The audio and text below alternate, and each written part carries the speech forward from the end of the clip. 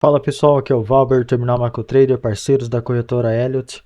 Quero comentar para vocês o que aconteceu, né, pessoal, com o conflito aí entre Israel, Estados Unidos e o Irã, né, os ataques que aconteceram, a escalada geopolítica, né, e o Estreito de Hormuz, né, a passagem sendo ameaçada aí, tem feito bastante preço nos mercados, né? É algo que vai além puramente da produção iraniana de petróleo, tá?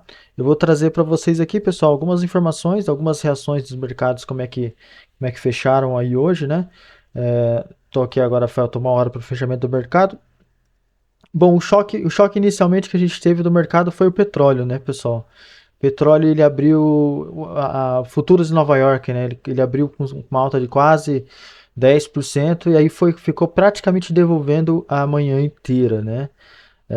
A madrugada inteira. E aí na parte da manhã da sessão europeia a gente viu o petróleo voltar, mas principalmente por conta da não só, né, os ruídos, o conflito que de repente pode abater aí a produção iraniana, mas o Estreito de Hormuz, né, que agora os navios evitam passar pela região, pelo Golfo, e também tivemos aí ataques a instalações energéticas, né, inclusive de gás e petróleo, hoje, né, atingindo aí a maior produtora de petróleo do mundo, a saudita Aramco, né, perdendo aí 550 mil barris por dia de produção, né? Eles paralisaram, não quer dizer que houve danos à estrutura, mas a gente tem visto alguns ataques específicos aí a instalações de infraestrutura, vindo de drones, né? Principalmente.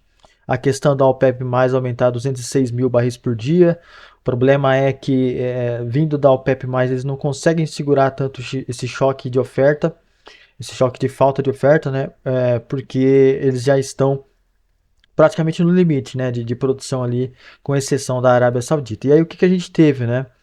Vou trazer os principais para vocês aqui, mas a gente tem visto alguns comentários sobre uma casa de research comentando que o petróleo, se estender, né, dependendo de quanto tempo demorar o conflito, o petróleo, o consenso é que realmente o petróleo estenda, né, a alta. Hoje devolveu boa parte dos ganhos aí, mas a gente pode ver de repente, ó, a 100 a 120, principalmente, né, se os Estados Unidos e os aliados não protegerem as instalações do Golfo, protegerem embarcações, né, as navegações por ali pela região.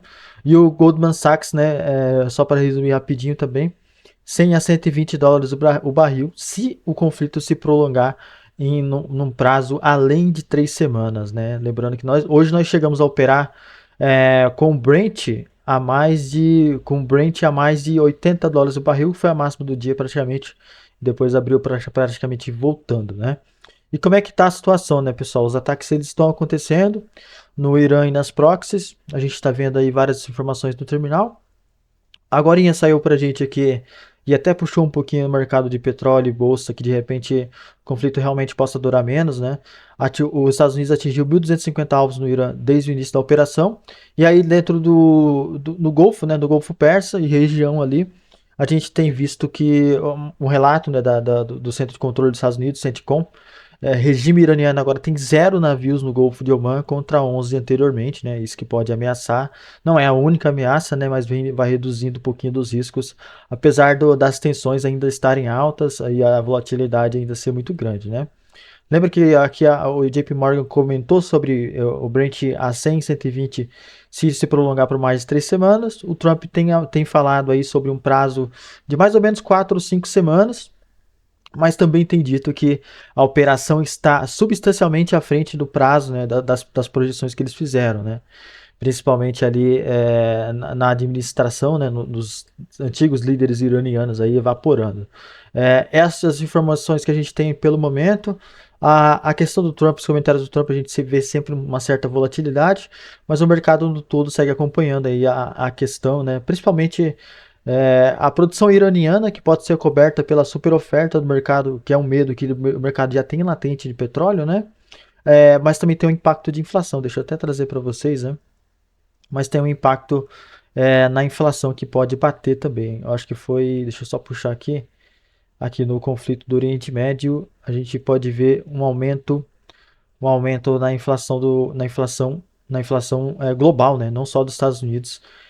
A inflação global pode subir com o preço de petróleo de proxy, né, subindo tudo que depende de combustível, mas também a questão industrial, né? E a valorização do dólar, que também causa essa aversão a risco aí, podendo reverter os fluxos para os mercados emergentes, é outra coisa que a gente viu também, né? O ouro aqui hoje também praticamente devolveu o dia, logo depois que abriu Nova York, os mercados, né, entenderam que de repente a situação não pode não estar tão feia quanto se mostrava. E aqui no dólar a gente também teve uma apreciação generalizada praticamente, né? O franco suíço subiu com os comentários do Banco Central, que falou que poderia fazer intervenção se o franco suíço se valorizasse. E aí, não, aí foi pela direção um pouco contrária, foi uma das moedas mais fracas aí. O real brasileiro foi até que bem aqui junto com os emergentes, moedas mais cíclicas aí, mais ligadas a commodities também praticamente no 0 a 0 do dia, tá?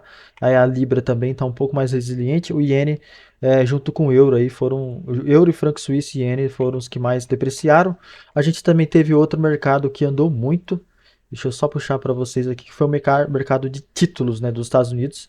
Na semana passada eu tinha mostrado para vocês aqui, deixa eu só ajustar os gráficos, mas como o mercado ele estava a semana inteira comprando treasuries, né, e foi mais no sentido de proteção mesmo, tá? Voltou aquele fluxo de busca por proteção nos títulos de tesouro dos Estados Unidos, tá? Nos treasuries aí. O mercado já abriu uma alta bem grande, juros, se não me engano, de 10 anos, estava cobrindo o nível de 4%, e agora a gente está vendo essa queda, né? Foi um arrefecimento, então, que ele vem da alta da inflação, devido ao petróleo, mas também o apetite por risco que foi crescendo. A gente está vendo aí as bolsas, né? As bolsas zeraram as perdas aí nessa parte da tarde, tá? No decorrer da sessão, né, zeraram as perdas. A maioria chegou a cair mais de 1% aqui, zeraram as perdas no decorrer da sessão.